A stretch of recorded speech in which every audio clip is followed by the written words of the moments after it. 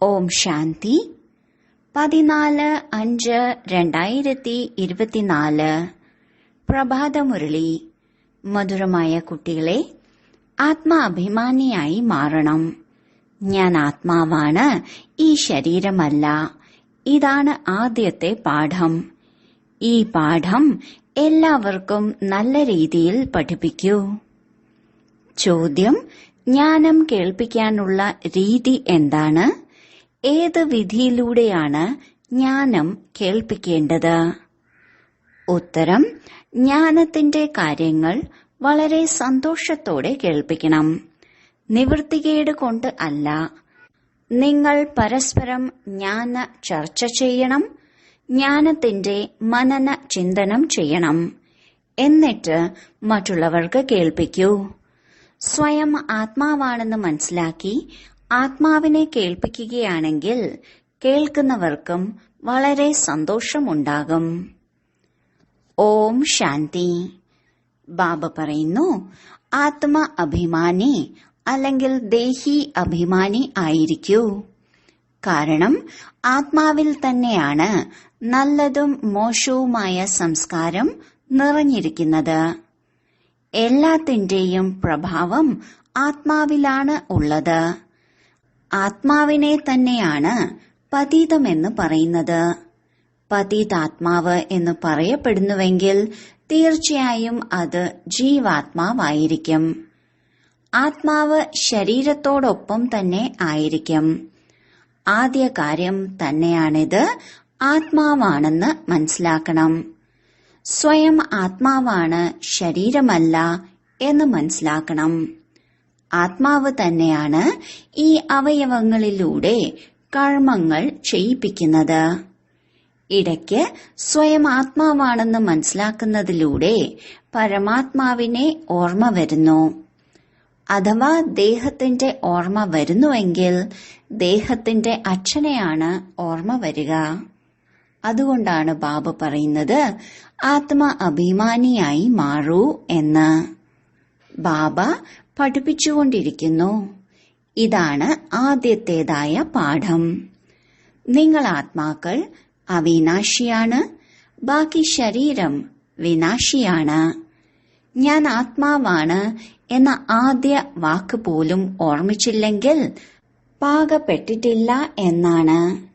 ഞാൻ ആത്മാവാണ്, ശരീരമല്ല. ഈ വാക്കുകൾ ഈ സമയത്ത് ബാബയാണ് പഠിപ്പിക്കുന്നത്. ആദ്യം ആരും തന്നെ പഠിപ്പിച്ചിരുന്നില്ല. ബാബ വന്നിരിക്കുന്നത് തന്നെ ആത്മ അഭിമാനിയാക്കി ജ്ഞാനം നൽകുന്നതിനായി ആണ്. ആദ്യമായി ജ്ഞാനം നൽകുന്നു.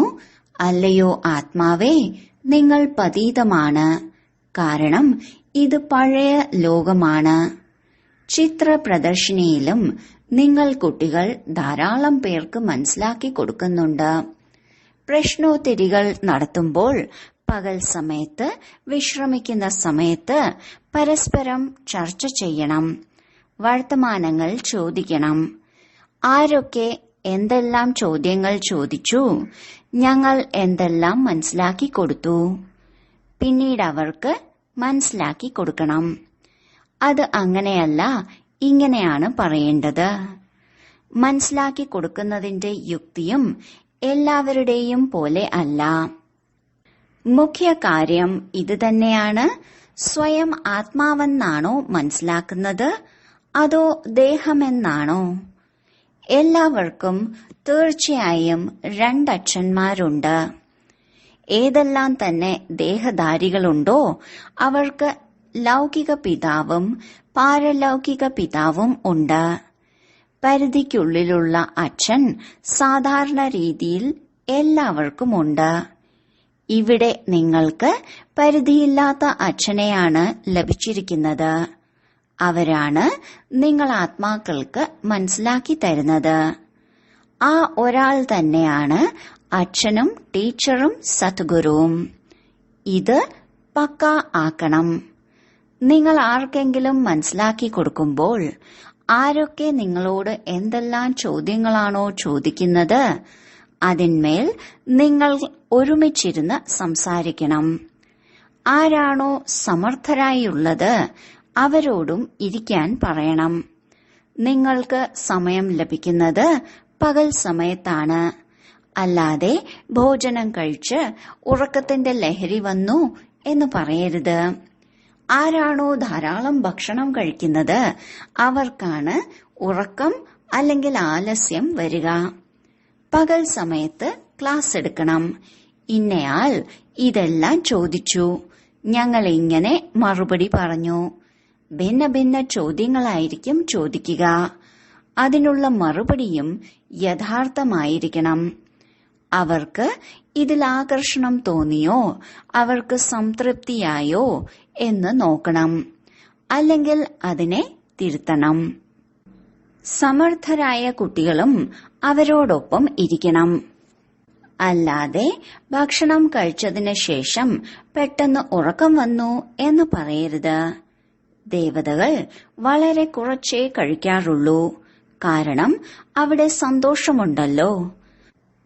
അതുകൊണ്ടാണ് ഇങ്ങനെ പറയുന്നത്, സന്തോഷം പോലുള്ള മറ്റൊരു മരുന്നേ ഇല്ല എന്ന്. നിങ്ങൾ കുട്ടികൾക്ക് അളവറ്റ സന്തോഷം ഉണ്ടായിരിക്കണം. ബ്രാഹ്മണനായി തീർന്നതിൽ വളരെയധികം സന്തോഷമുണ്ട്. സന്തോഷം ലഭിക്കുമ്പോഴാണ് ബ്രാഹ്മണനായി തീരുന്നത്. ദേവതകൾക്ക് സന്തോഷമുണ്ടല്ലോ. കാരണം അവർക്ക് ധനം, കൊട്ടാരം എല്ലാം ഉണ്ട്. അപ്പോൾ അവർക്ക് അളവറ്റ സന്തോഷമാണ്. സന്തോഷത്തിൽ ഭക്ഷണവും വളരെ കുറച്ച് സൂക്ഷ്മതയോടെ കഴിക്കും. ഇതും ഒരു നിയമമാണ്. കൂടുതൽ കഴിക്കുന്നവർക്ക് കൂടുതൽ ഉറക്കം വരുന്നു.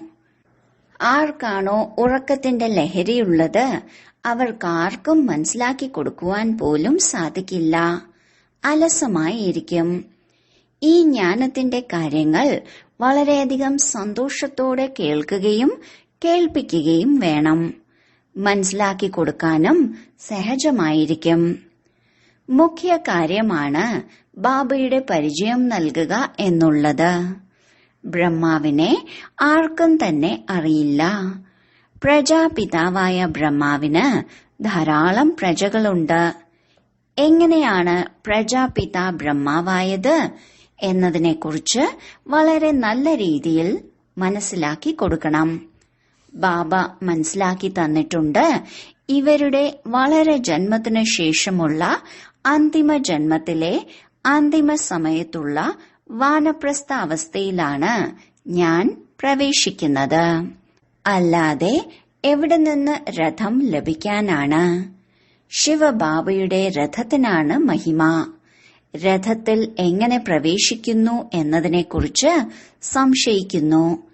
തീർച്ചയായും രഥം ആവശ്യമാണ്. എന്നാൽ അത് കൃഷ്ണനാവാൻ സാധിക്കില്ല. അപ്പോൾ തീർച്ചയായും ബ്രഹ്മാവിലൂടെ തന്നെയാണ് മനസ്സിലാക്കി തരുന്നത്. മുകളിലിരുന്നു കൊണ്ട് സംസാരിക്കാൻ സാധിക്കില്ലല്ലോ. ബ്രഹ്മാവ് തന്നെ എവിടെ നിന്നാണ് വന്നത്? ബാബ കേൾപ്പിച്ചു തന്നിട്ടുണ്ട്. ആരാണോ പൂർണമായും 84 ജന്മങ്ങൾ എടുത്തത് അവരിലാണ് ഞാൻ പ്രവേശിക്കുന്നത് എന്ന്. ബ്രഹ്മാവിനിത് സ്വയം അറിയില്ല. ഞാനാണ് പറഞ്ഞു കൊടുക്കുന്നത്. കൃഷ്ണന് രഥത്തിന്റെ ആവശ്യമില്ല. കൃഷ്ണൻ എന്ന് പറയുന്നതിലൂടെ ഭാഗീരഥൻ എന്ന പേര് ഗുപ്തമാവുകയാണ്. കൃഷ്ണനെ ഒരിക്കലും ഭാഗീരഥൻ എന്ന് പറയുകയില്ല. കൃഷ്ണന്റെ ആദ്യ ജന്മം തന്നെ രാജകുമാരന്റേതാണ്. അപ്പോൾ കുട്ടികൾക്ക് ഉള്ളിൽ വിചാരസാഗര മന്ഥനം ചെയ്യണം. ഇതും കുട്ടികൾക്കറിയാം. ശാസ്ത്രങ്ങളിൽ എഴുതപ്പെട്ടിട്ടുള്ള കാര്യങ്ങളൊന്നും തന്നെ സംഭവിച്ചിട്ടില്ല എന്ന്. ബാക്കി ഇത് ശരിയാണ്. വിചാരസാഗര മന്ഥനം ചെയ്യപ്പെട്ടിട്ടുള്ള ജ്ഞാനകലശം ലക്ഷ്മിക്കാണ് നൽകിയത്. അവർ പിന്നീട് മറ്റുള്ളവർക്ക് അമൃത് കുടിപ്പിച്ചു. അതുകൊണ്ടാണ് സ്വർഗത്തിന്റെ വാതിൽ തുറക്കപ്പെട്ടത്. പക്ഷെ പരമപിതാവായ പരമാത്മാവിന് വിചാരസാഗര മന്ഥനം ചെയ്യുന്നതിന്റെ ആവശ്യം വരുന്നില്ല. ബാബ ബീജരൂപമാണ്. ബാബയിൽ ജ്ഞാനമുണ്ട്. ബാബയ്ക്ക് അറിയൂ, നിങ്ങളും അറിഞ്ഞിരുന്നു. ഈ കാര്യങ്ങളെല്ലാം തന്നെ നല്ല രീതിയിൽ മനസ്സിലാക്കി കൊടുക്കണം. മനസ്സിലാക്കാതെ എങ്ങനെ ദേവതാ പദവി നേടും? ആത്മാക്കളെ റീഫ്രഷ് ആക്കി മാറ്റുന്നതിനാണ് ബാബ മനസ്സിലാക്കി തരുന്നത്. ബാക്കി ആർക്കും തന്നെ ഒന്നും അറിയുകയില്ല. ബാബ വന്ന് മനസ്സിലാക്കി തരുന്നു, ഇപ്പോൾ നിങ്ങളുടെ നങ്കൂരം ഭക്തി മാർഗത്തിൽ നിന്ന് വിട്ടുകഴിഞ്ഞു. ഇപ്പോൾ ജ്ഞാനമാർഗത്തിലാണ് പോയിക്കൊണ്ടിരിക്കുന്നത്. ബാബ പറയുന്നു, ഞാനിപ്പോൾ നിങ്ങൾക്ക് എന്ത് ജ്ഞാനമാണോ നൽകുന്നത് അത് നഷ്ടപ്പെട്ടു പോകും. ഒന്ന് നിരാകാരിയായ അച്ഛൻ, മറ്റൊന്ന് സാകാരി പിതാവ്. വളരെ നല്ല രീതിയിൽ മനസ്സിലാക്കി തരുന്നുണ്ട്. പക്ഷെ മായ നമ്മെ ആകർഷിച്ച് അഴുക്കിലേക്ക് തള്ളിയിടുന്നു. ബാബ പറയുന്നു, കുട്ടികളെ, നിങ്ങൾ കാമചിതയിലേക്ക് വന്ന് ഒറ്റയടിക്ക് ശ്മശാനത്തിലേക്ക് വന്നിരിക്കുകയാണ്. പിന്നീട് ഇവിടെ തന്നെയായിരിക്കും സ്വർഗം ഉണ്ടാകുക. പകുതി കൽപ്പം സ്വർഗമായിരിക്കും, പകുതി കൽപ്പം നരകമായിരിക്കും. ഇപ്പോൾ എല്ലാവരും ശ്മശാനത്തിലേക്ക് വന്നിരിക്കുകയാണ്. ഏണിപ്പടിയിലും നല്ല രീതിയിൽ മനസ്സിലാക്കി കൊടുക്കാൻ സാധിക്കുന്നു. ഇത് പതീത രാജ്യമാണ്. ഇതിന്റെ വിനാശം തീർച്ചയായും സംഭവിക്കണം. ഈ ഭൂമി ഇപ്പോൾ ശ്മശാനമാണ്. വീണ്ടും ഈ ലോകം തന്നെ പരിവർത്തനപ്പെടും. അതായത് കലിയുഗം വീണ്ടും സ്വർണിമ യുഗമായി തീരുന്നു. പിന്നീട് 2 കല കുറയുന്നു. തത്വങ്ങളുടെയും കല കുറയുന്നത് കാരണമാണ് പ്രകൃതിക്ഷോഭം സംഭവിക്കുന്നത്. നിങ്ങൾ നല്ല രീതിയിൽ എല്ലാവർക്കും മനസ്സിലാക്കി കൊടുക്കുന്നുണ്ട്. അഥവാ മനസ്സിലാക്കി കൊടുക്കുന്നില്ലെങ്കിൽ കക്കയ്ക്ക് സമാനമാണ്. അതായത് ഒരു വിലയും ഇല്ല. ഈ വിലയെക്കുറിച്ച് ബാബ നമുക്ക് മനസ്സിലാക്കി തരുന്നു. ഇങ്ങനെ ഒരു മഹിമയുമുണ്ട്, വജ്രസമാന ജന്മം. നിങ്ങൾക്കും ആദ്യം ബാബയെ അറിഞ്ഞിരുന്നില്ല. അപ്പോൾ നിങ്ങളുടെയും കക്കയ്ക്ക് സമാനമുള്ള ജന്മമായിരുന്നു. ഇപ്പോൾ ബാബ വന്ന് വജ്രസമാനമാക്കി മാറ്റുന്നു. ബാബയിൽ നിന്ന് മാത്രമേ വജ്രസമാന ജീവിതം ലഭിക്കൂ. പിന്നീട് എന്തിന് കക്കയ്ക്ക് സമാനമുള്ള ജീവിതത്തിലേക്ക് പോകുന്നു? നിങ്ങൾ ഈശ്വരീയ സന്താനമാണല്ലോ. ഇങ്ങനെയൊരു മഹിമയുമുണ്ട്. ആത്മാക്കളും പരമാത്മാവും ഒരുപാട് കാലം വേറിട്ടിരുന്നു എന്ന്. മുകളിൽ ശാന്തിധാമത്തിൽ ഒരുമിച്ചാണെങ്കിലും ആ മിലനത്തിലൂടെ പ്രയോജനമില്ലല്ലോ. ശാന്തിധാമം കേവലം പവിത്രതയുടെയും ശാന്തിയുടെയും സ്ഥാനമാണ്. ഇവിടെ നിങ്ങൾ ജീവാത്മാക്കളാണ്. പരമാത്മാവാകുന്ന അച്ഛന് തന്റേതായ ശരീരമില്ല. ബാബ ശരീരം ധാരണ ചെയ്ത് നിങ്ങൾ കുട്ടികളെ പഠിപ്പിക്കുന്നു. നിങ്ങൾ ബാബയെ തിരിച്ചറിഞ്ഞതുകൊണ്ട് വിളിക്കുന്നു ബാബ. ബാബയും പറയുന്നു, അല്ലയോ കുട്ടി. ലൗകിക അച്ഛനും പറയുകയില്ലേ, അല്ലയോ മക്കളെ, പേരമക്കളെ, വരൂ, ഞാൻ നിങ്ങൾക്ക് ടോളി കഴിപ്പിക്കാം എന്ന്. അപ്പോൾ പെട്ടെന്ന് എല്ലാവരും ഓടി അടുക്കലെത്തുന്നു. ഈ അച്ഛനും പറയുന്നു, കുട്ടികളെ വരൂ, എന്നാൽ നിങ്ങളെ വൈകുണ്ഠത്തിന്റെ അധികാരിയാക്കി മാറ്റാമെന്ന്. അപ്പോൾ തീർച്ചയായും എല്ലാവരും ഓടിവരും. വിളിക്കുന്നതും ഇങ്ങനെ തന്നെയാണ്, വന്ന് പതീതരെ പാവനമാക്കി പാവന ലോകത്തിലെ വിശ്വ അധികാരിയാക്കി മാറ്റൂ എന്ന്. ഇപ്പോൾ നിശ്ചയമുണ്ടെങ്കിൽ അംഗീകരിക്കണം. വിളിച്ചതും കുട്ടികളാണല്ലോ. ഞാൻ വരുന്നതും കുട്ടികൾക്ക് വേണ്ടിയാണ്. കുട്ടികളോടാണ് പറയുന്നത്, നിങ്ങൾ വിളിച്ചപ്പോൾ ഞാൻ വന്നു എന്ന്. പതിത പാവനൻ എന്ന് ബാബയെ തന്നെയാണ് പറയുന്നത്. ഗംഗാജലത്തിലൂടെ നിങ്ങൾക്ക് പാവനമായി തീരാൻ സാധിക്കില്ല. പകുതി കൽപ്പം നിങ്ങൾ തെറ്റിലൂടെ നടന്നു. ഭഗവാനെ അന്വേഷിക്കുമായിരുന്നു, പക്ഷെ ആരും തന്നെ തിരിച്ചറിഞ്ഞിരുന്നില്ല. ബാബ പറയുന്നു, അല്ലയോ കുട്ടികളെ, കുട്ടികളും ഉല്ലാസത്തോടെ അല്ലയോ ബാബ എന്ന് പറയണം. പക്ഷെ ഇത്രയ്ക്കും ഉല്ലാസത്തോടെ ആരും തന്നെ പറയുന്നില്ല. ഇതിനെയാണ് ദേഹാഭിമാനം എന്ന് പറയുന്നത്, അല്ലാതെ ദേഹി അഭിമാനി അല്ല. നിങ്ങൾ ഇപ്പോൾ ബാബയുടെ സന്മുഖത്താണ് ഇരിക്കുന്നത്.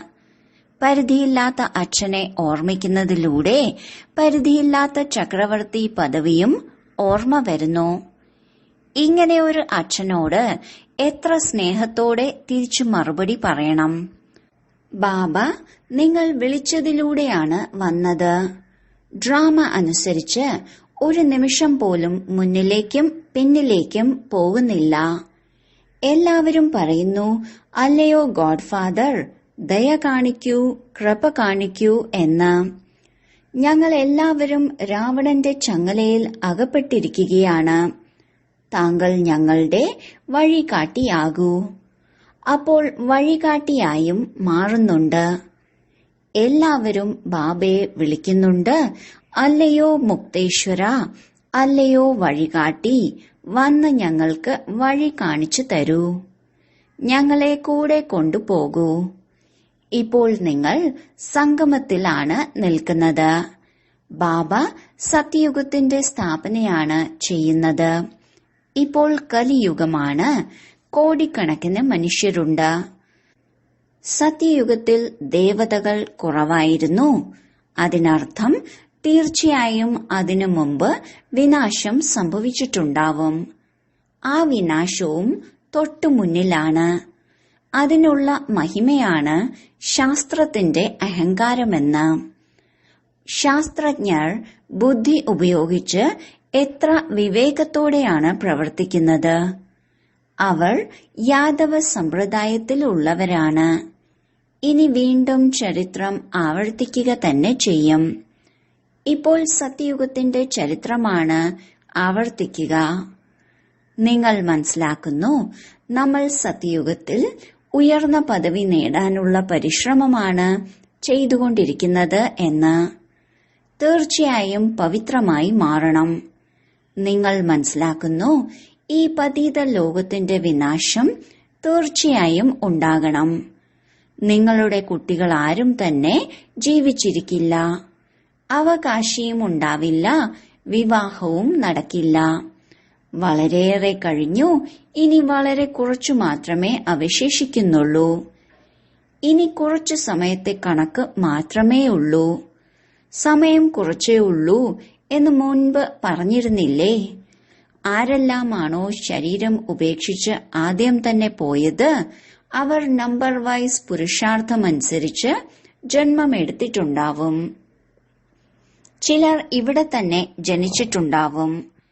ഇവിടെ നിന്ന് വിട്ടുപോയ ആത്മാവാണെന്ന് മനസ്സിലാകുന്നു. അവർക്ക് ജ്ഞാനം കൂടാതെ ആനന്ദം ഉണ്ടാവുകയില്ല.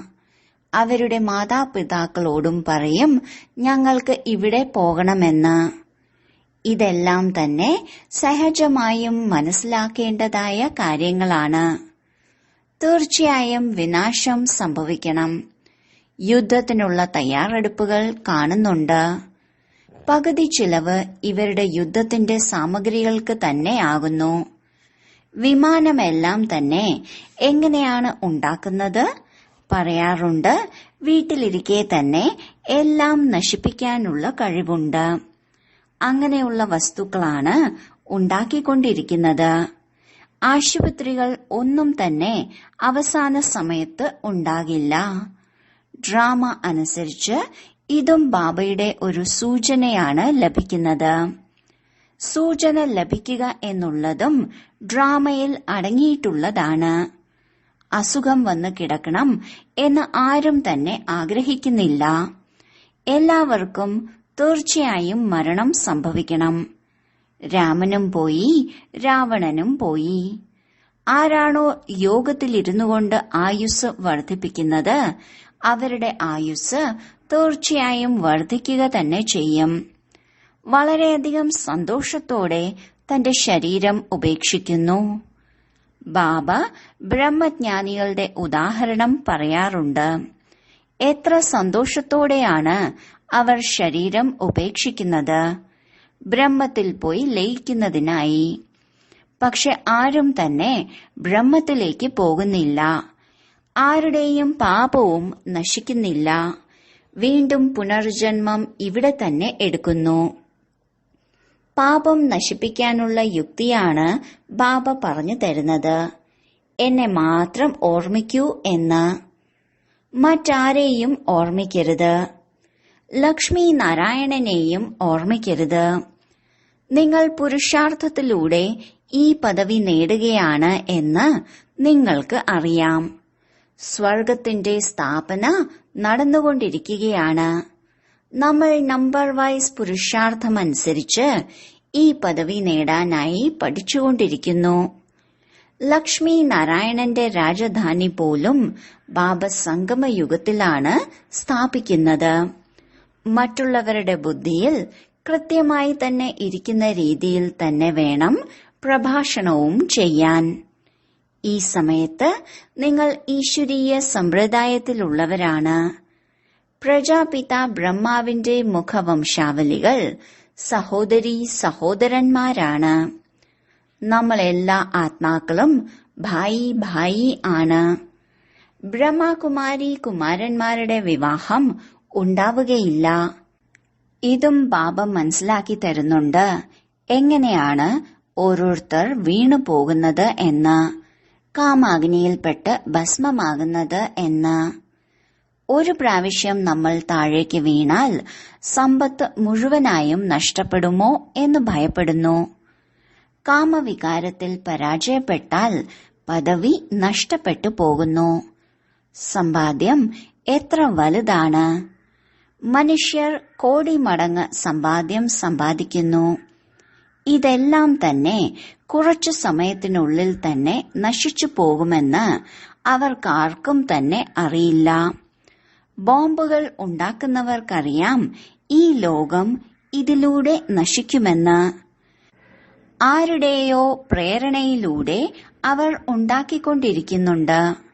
ശരി, വളരെ കാലത്തെ വേർപാടിനു ശേഷം തിരിച്ചു കിട്ടിയ മധുരമധുരമായ കുട്ടികളെ പ്രതി മാതാവും പിതാവുമായ ബാബ്ദാദയുടെ സ്നേഹസ്മരണയും പുലർക്കാല വന്ദനവും. ആത്മീയ അച്ഛന്റെ ആത്മീയ കുട്ടികൾക്ക് നമസ്കാരം. ധാരണയ്ക്കുള്ള മുഖ്യസാരം: 1. ജ്ഞാനം ഉള്ളിൽ ഉരയ്ക്കണം, അതായത് വിചാരസാഗര മന്ഥനം ചെയ്യണം. പരസ്പരം ജ്ഞാനത്തിന്റെ ആത്മീയ സംഭാഷണം ചെയ്ത് മറ്റുള്ളവർക്ക് പറഞ്ഞു കൊടുക്കണം. അലസത അല്ലെങ്കിൽ മടി ഉപേക്ഷിക്കണം. 2. ദേഹി അഭിമാനിയായി വളരെയധികം ഉല്ലാസത്തോടെ ബാബയെ ഓർമ്മിക്കണം. സദാ ഈ ലഹരിയിലിരിക്കണം. ഞങ്ങൾ ബാബയുടെ അടുത്തേക്ക് വന്നിരിക്കുന്നത് കക്കയിൽ നിന്ന് വജ്രസമാനമായി തീരാനാണ്. നമ്മൾ ഈശ്വരീയ സന്താനങ്ങളാണ്. വരദാനം: ജ്ഞാന സൂര്യന്റെയും ജ്ഞാന ചന്ദ്രന്റെയുമൊപ്പം രാത്രിയെ പകലാക്കി മാറ്റുന്ന ആത്മീയ ജ്ഞാന നക്ഷത്രമായി ഭവിക്കട്ടെ.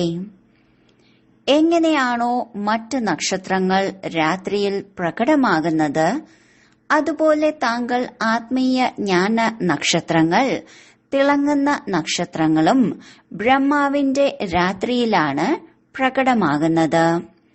മറ്റ് നക്ഷത്രങ്ങൾ രാത്രിയെ പകലാക്കി മാറ്റുന്നില്ല. എന്നാൽ ജ്ഞാന സൂര്യനോടൊപ്പവും ജ്ഞാന ചന്ദ്രനോടൊപ്പവും കൂട്ടുകാരായി രാത്രിയെ പകലാക്കുന്നു. മറ്റേത് ആകാശത്തിലെ നക്ഷത്രങ്ങളാണ്? താങ്കൾ ഭൂമിയിലെ നക്ഷത്രങ്ങൾ. അവർ പ്രകൃതിയിലെ സത്തയാണ്. താങ്കൾ പരമാത്മാ നക്ഷത്രങ്ങൾ.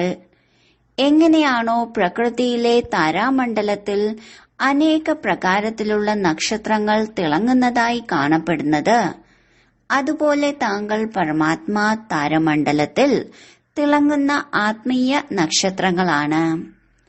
സ്ലോഗൻ: സേവനത്തിനായുള്ള അവസരം ലഭിക്കുക. അർത്ഥം: ആശീർവാദങ്ങളാൽ സഞ്ചി നിറയ്ക്കുകയാണ്. ഓം ശാന്തി.